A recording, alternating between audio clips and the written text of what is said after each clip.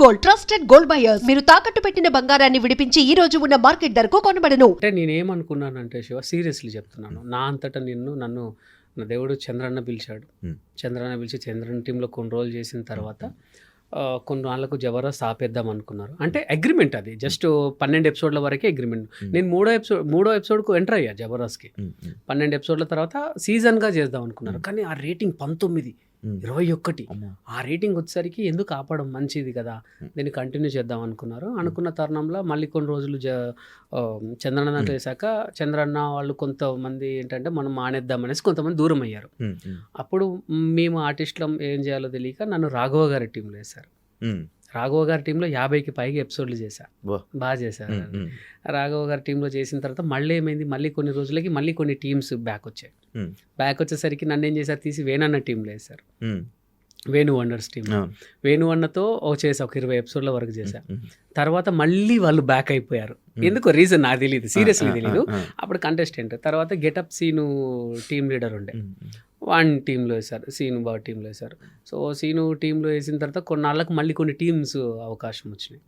అప్పుడు ఏంటంటే నన్ను అనుకున్నట్టుగానే వెళ్ళాను. కానీ కొత్తలో నా వల్ల కాలేదు శివ.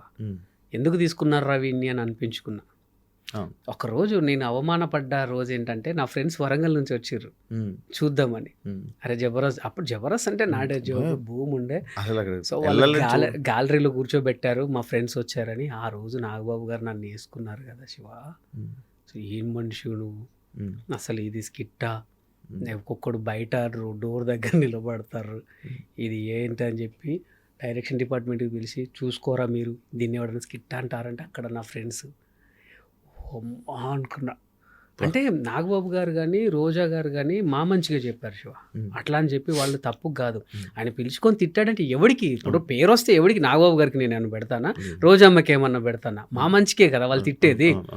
ఇప్పుడు సార్ కొట్టాడంటే ఎందుకు, రేపు పొద్దున జాబ్ చేసి సార్కు పెడతావా, సార్ పిల్లలకు పెడతావా, నీకు నీ పిల్లలకే కదా. మస్తు అవమానపడ్డా శివ. అమ్మా ఏంది ఇది, నా ఫ్రెండ్స్ దగ్గర నా పరుగు పోయింది అనుకుని బయటకు వస్తే మా ఫ్రెండ్స్ ఎప్పుడు లేరా, అది రా అన్నారు. అది నాకు ఇంకా అవమానం అనిపించింది. అదే పిలిచి వీళ్ళ ముందు అదయ్యానా అని. ఆ తర్వాత చాలా డిప్రెషన్లోకి వెళ్ళాను శివ. డిప్రెషన్కి వెళ్తే నెక్స్ట్ ఆ రోజు నితిన్ అన్న భారత్ అన్న ఫోన్ చేసి, మీది లాస్ట్ స్కెడ్యూల్ రా అన్నారు. అయిపోయిందిరా దేవుడా, సర్లే పోన్లే వేరే చూద్దాం, మనకంటే ఏదైనా ఉండకపోదా అనుకొని నేను అప్పుడు Warangal to up and down చేసేవాడిని. అప్ అండ్ డౌన్ చేశాను. వెళ్తుంటే నాకు వెళ్ళి కొంచెం ఒక 2 రోజుల తర్వాత మళ్ళీ ఫోన్ వచ్చింది, నితిన్ అన్న పడుతున్నారే. అప్పుడు టీం సెట్ అవ్వాలి, ఇంకా టీం సెట్ అవ్వాలి. అరే ఒక్క స్కెడ్యూల్ చేయరా, నీకు మేము ఫెలిస్టేషన్ చేసి పంపిస్తాము, ఎందుకంటే మా నమ్మకాన్ని వమ్ము చేసినవురా నువ్వు, ఫెలిస్టేషన్ చేస్తాం నీకు అంటే కోపంతో నితిన్ అన్న భరతన్న డైరెక్టర్స్. ఒరి అమ్మ ఇది అన్నారు ఏంటి అని అనుకున్నాక శివ, నేను ఆ రోజు కొంచెం ఇంకా సర్లే దేవుడు ఒక అవకాశం ఇచ్చిండు అని అనుకున్నా. నాకు ఇష్టమైన మైసమ్మ దేవత దగ్గరికి వెళ్ళి, అమ్మ నేను ఎట్లయినా సరే, అప్పటిదాకా నాకు రైటర్స్ ఉండే, ఇక ఎవడొద్దు నేనే రాసుకుంటా అనుకుని ఇంటికి వచ్చాక హనుమాన్ జంక్షన్ సినిమా వచ్చింది. చూసా, ఇదేదో బాగుంది అనుకున్న తర్వాత ఫ్రెండ్స్ ఫోన్ చేసి, సరే సినిమాకి వెళ్దామారా అని చెప్పి గుండె జారి గల్లంత అయింది సినిమాకి వెళ్ళా. అందులో చూసా, ఇది ఏంటి, ఇది మిస్గైడ్ కామెడీ అనుకున్నా. అంటే అది కన్ఫ్యూజన్ కామెడీ నాకు తెలియదు. ఇదేదో బాగుందే లైన్ అని ఒక 2 లైన్స్ అనుకున్నాను. 2 లైన్స్ అనుకొని నేను నితిన్ అన్న భరత్ అన్నకు చెప్పిన, పర్ఫార్మెన్స్ చేసి చూపించిన. వాళ్ళు నవ్వుకున్నారు బాగా, నవ్వుకొని ఇదే చేయరా అక్కడ అని అన్నారు. అన్న తర్వాత ఫస్ట్ ఎపిసోడ్ ఎక్కాను శివ. ఫస్ట్ ఎపిసోడ్ నాకు 6వ వేశారు. అంటే మాకు వరుసగా 6వ వేశారు. నాగబాబు గారు మళ్ళీ పెట్టారా అన్నాడు. నేను మళ్ళీ ఉంచారా అంటే, బాబు గారు టీం సెట్ అవ్వలేదు అని అంటే, చేస్తాడా చేయని అని ఇలా పడుకుని ఒక 1 minute అయింది శివ. ఇట్లా వచ్చి ఇట్లా కూర్చున్నారు. నాకు అర్థం కాలే, అంటే ఫస్ట్ ట్విస్ట్ ఇచ్చా, ఇట్లా వచ్చి ఇట్లా కూర్చొని కొట్టుకుంటున్నావు వర్ష. అది నాకు తెలియని ఎనర్జీ ఇచ్చిన తర్వాత గుడ్ రా వెంకీ కిపిడప్ అన్నారు. అమ్మాయి అనుకున్నా, ఆ మేడం అన్నది ఇట్లా కష్టపడితే మిమ్మల్ని నేను ఏమన్నాను కదా అని అన్నది. ఇక బయటకు వచ్చిన తర్వాత సెకండ్ ఎపిసోడ్ ఏంటంటే ఒకటే గిఫ్ట్ ఎపిసోడ్, నా లైఫ్ను నా రాతను మార్చిన ఎపిసోడ్ అది. ఆ గిఫ్ట్ ఎపిసోడ్ అదేంటంటే, నేను ఆ రోజు మా ఇంట్లో చిన్న సంఘటన జరిగితే, అరే ఇదేదో బాగుంది ఏంటంటే, మా అమ్మ నాకు టీ తీసుకొచ్చి ఇచ్చింది. నేను టీ తాగానని మా మిస్సెస్కి ఇచ్చా. మా మిసెస్ ఏం చేసింది, నాకు ఇది ఏమవుద్దు అని చెప్పి మా వదినకి ఇచ్చింది. ఆ. మా వదిన తీసుకెళ్ళి మా అన్నకి ఇచ్చింది. మా అన్న ఇప్పుడే బయటికి వెళ్ళి వచ్చినా మా నాన్నకి ఇచ్చిండు. మా నాన్న ఎవరి తెలియనట్టు అరే ఇగో చిన్నోడా తాగరాని తీసుకొచ్చి ఇచ్చిండు. మళ్ళీ నాకే వచ్చింది. నేనే వద్దన్నే మళ్ళీ నువ్వు నాకే తీసుకొచ్చి ఇచ్చినావు అంటే అగో అవునా నువ్వు వద్దన్నావా అంటే అప్పుడు నవ్వుకున్నాం. ఇది ఏదో బాగుంది అని జీవన్ మెయిన్ లీడ్ పెట్టి చేశాను శివ.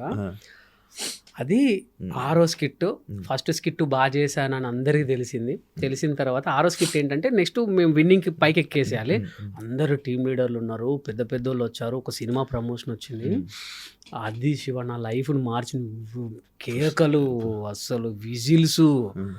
నాగబాబు గారు రా అని చెప్పి హక్ చేసుకున్నారు. ఇంకా చాలు. ఇంకా అప్పుడు నుంచి కన్ఫ్యూజన్ డ్రామా వర్కౌట్ అయింది. సో నేను ఫస్ట్ కష్టపడ్డప్పుడు, రైటర్స్ మీద ఆధారపడ్డప్పుడు కాళేశ్వర నేను ఈవెన్ జబర్దస్త్లోకి సెలెక్ట్ అవుతానని అనుకోలేదు, అన్ఎక్స్పెక్టెడ్గా అయ్యా. అంటే నేను ఒక మిమిక్రీ షో చూసి చంద్రన్న పిలిచారు, టీమ్ లీడర్ అవుతాను అనుకోలేదు, అన్ఎక్స్పెక్టెడ్గా అయ్యా. సరే నీ అమ్మ నా వల్ల అవుతుందా కాదా, ఇక లాస్ట్ డే ఇక బాయ్ బాయ్ చెప్పే టైంకి అన్ఎక్స్పెక్టెడ్ విన్. ఇదంతా ఈవెన్ తీసేసింది కూడా అన్ఎక్స్పెక్టెడ్ కాదు. నార్మల్గా అంటే నేమ్ వచ్చింది, మంచి నేమ్ ఉంది, మంచి ఫన్ చేస్తావని ఉంది. కానీ ఈ కన్ఫ్యూజన్ అనేది కానీ పిల్లలతో కామెడీ చేస్తున్నప్పుడు కూడా నేను కొంచెం అప్పుడప్పుడు కొన్నిసార్లు దించి వీళ్ళ కామెడీ బాగుంది, నీ కామెడీ ఎక్కడ ఉంది అప్పట్లో ఇలాంటి మాట. మరి నీకు అనిపించలేదా ఏదైతే ఏముంది మంచి క్వశ్చన్ అడిగారు షో. నేను చాలా మంది కూడా నా టీం చూసినప్పుడు జీవన్ బాగా చేస్తున్నాడు, జీవన్ లేకపోతే వెంకీ టీం లేదు, జీవన్ చేయబట్టే ఉన్నది అని అన్న టైంలో జీవన్ టీం లీడర్ చేశారు. తర్వాత నా దగ్గర పంచప్రసాద్ వచ్చాడు. జీవన్ టీం ఏంది జస్ట్ 3 వీక్స్కే కొలాప్స్, కొన్ని రోజులకి కొలాప్స్ అయిపోయింది. బట్ వెంకీ టీం అట్లనే. అప్పుడేమన్నా పంచుప్రసాద్ హైలైట్ ఫైన్ అయ్యాడు. అమ్మ పంచుప్రసాద్ చేయబట్టి వెంకీ ఉన్నాడు, పంచుప్రసాద్ చేయబట్టి లేకపోతే వెంకీ టీం లేదు అన్నారు. తర్వాత పంచుప్రసాద్ టీం లీడర్ వచ్చారు, వాడు కొన్ని రోజులు చేశాడు. తర్వాత ఆరోగ్య కారణాలు ఆ టీం పాపం అది అయిపోయింది ఆరోగ్య కారణాలలో. బట్ వెంకీ ఉన్నాడు. తర్వాత ఇమ్మాన్యుల్ వచ్చాడు.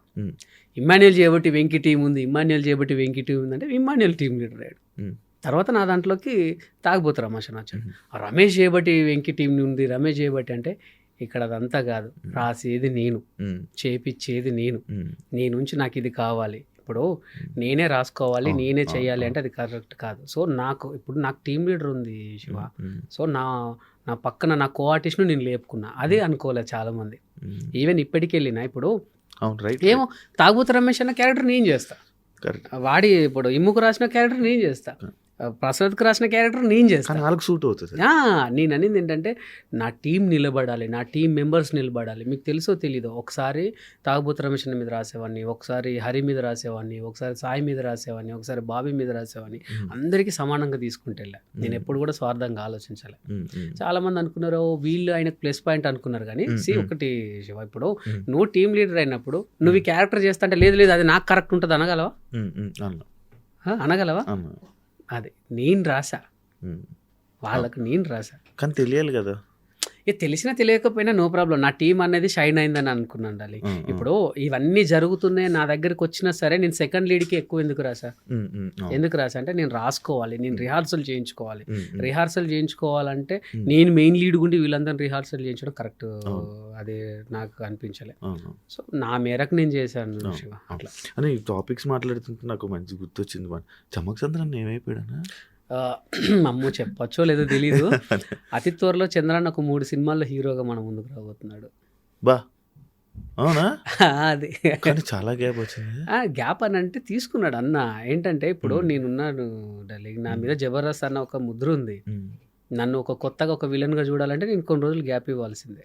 ఈవెన్ శివ ఉన్నాడు. ఎప్పుడు చిన్న ఎగ్జాంపుల్ చెప్తాడాలి.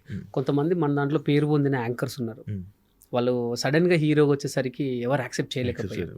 కొంతమంది కమెడియన్స్ ఉన్నారు, సడన్గా హీరో అయ్యేసరికి కొంతమంది యాక్సెప్ట్ చేయలేకపోయాం. కొన్ని రోజులు బ్యాక్ అయిపోయి ఈడు ఏమయ్యాడు అనేసరికి వస్తే ఒరి అమ్మ కొత్తగా భలే వచ్చిండే అనుకుంటారు. సో ప్రతి ఒక్కరు చేసేది అదే శివ. ఇప్పుడు డైరెక్టర్స్ కానీ హీరోస్ కానీ ఫ్లాప్ అయితే మినిమం 2-3 ఇయర్స్ ఎందుకు గ్యాప్ తీసుకుంటారంటే ఇదంతా ఈ పాతదంతా మర్చిపోవాలి, జనరేషన్ అంతా మర్చిపోవాలి. ఒక్కసారి వస్తే అరే చాలా రోజుల తర్వాత వెంకీ సినిమా వస్తుంది కదా చూద్దాం, బాగుంటది, పాత సినిమాలు బాగుంటాయి. సో అందుకే ఈ గ్యాప్ లో అందుకే ఇస్తుంటారు. ఈ గ్యాప్ లో కాదన్నా నాకు ఇంకొక డౌట్. అంటే నార్మల్‌గా ఒకప్పుడు 'జబర్దస్త్' ఉన్న టైంలో హ్మ్. సీనియర్ కమెడియన్‌లకి అవకాశాలు తగ్గిపోయి 'జబర్దస్త్' కమెడియన్‌లే సినిమాలోనే ఎక్కువ రాణిస్తున్నారు. అవును. వీళ్ళ వల్ల సీనియర్ కమెడియన్‌లకి తగ్గిపోయే అవకాశాలు తగ్గిపోయాయి అని చెప్పి అవును. అన్నారు. అవును. కానీ ఆ సినిమా మొత్తం చూసాక 'జబర్దస్త్' కమెడియన్‌లు చిన్న చిన్న రోల్‌లు యేసుకొని వెళ్ళిపోయారు. ఈవెన్ చంద్రన్న కూడా ఇలా వచ్చి ఇలాగ వెళ్ళిపోయేవాడు. మీకు కూడా కొన్ని సినిమాలు ఇలా వచ్చి ఇలాగ వెళ్ళిపోయేవాళ్ళు. అవునవును. మీరు దాదాపు 10, 15 సినిమాలు చేసి ఉంటారు. ఈజీగా చేశా. హ్మ్. అదే ఇలా ఇలాగొచ్చి వెళ్ళిపోవడం, ఇలాగొచ్చి వెళ్ళిపోవడం ఇలాంటి క్యారెక్టర్ చేశారు. కానీ ఎవరు ఒక కమెడియన్ 'జబర్దస్త్' కమెడియన్ పెర్ఫెక్ట్‌గా లాస్ట్ వరకు ఆ లీడ్‌ని చేసుకొని వెళ్ళింది లేదు.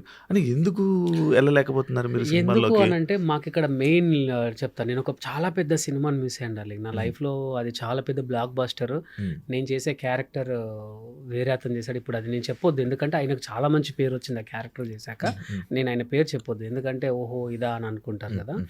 సో, అంత మంచి సినిమా వచ్చినప్పుడు ఏమైందంటే మాకిక్కడ డేట్స్ ఇష్యూ డార్లింగ్. వీళ్ళేంటంటే 1 ఇయర్ ముందే ఇచ్చేస్తారు డేట్లు. హ్మ్. 1 ఇయర్ ముందే ఇచ్చేస్తారు వీళ్ళు డేట్లు. ఎవరు జబర్దస్త్ వాళ్ళు 1 ఇయర్ ముందే ఇచ్చేస్తారు. హ్మ్. ఇప్పుడు ఏ సినిమా అయినా సరే, ఇప్పుడు నేను పెద్ద క్యారెక్టర్ చేయాలంటే మినిమం 40 రోజులు నేను ఉండిపోరు. ఉండిపోవాలి సినిమా దగ్గర.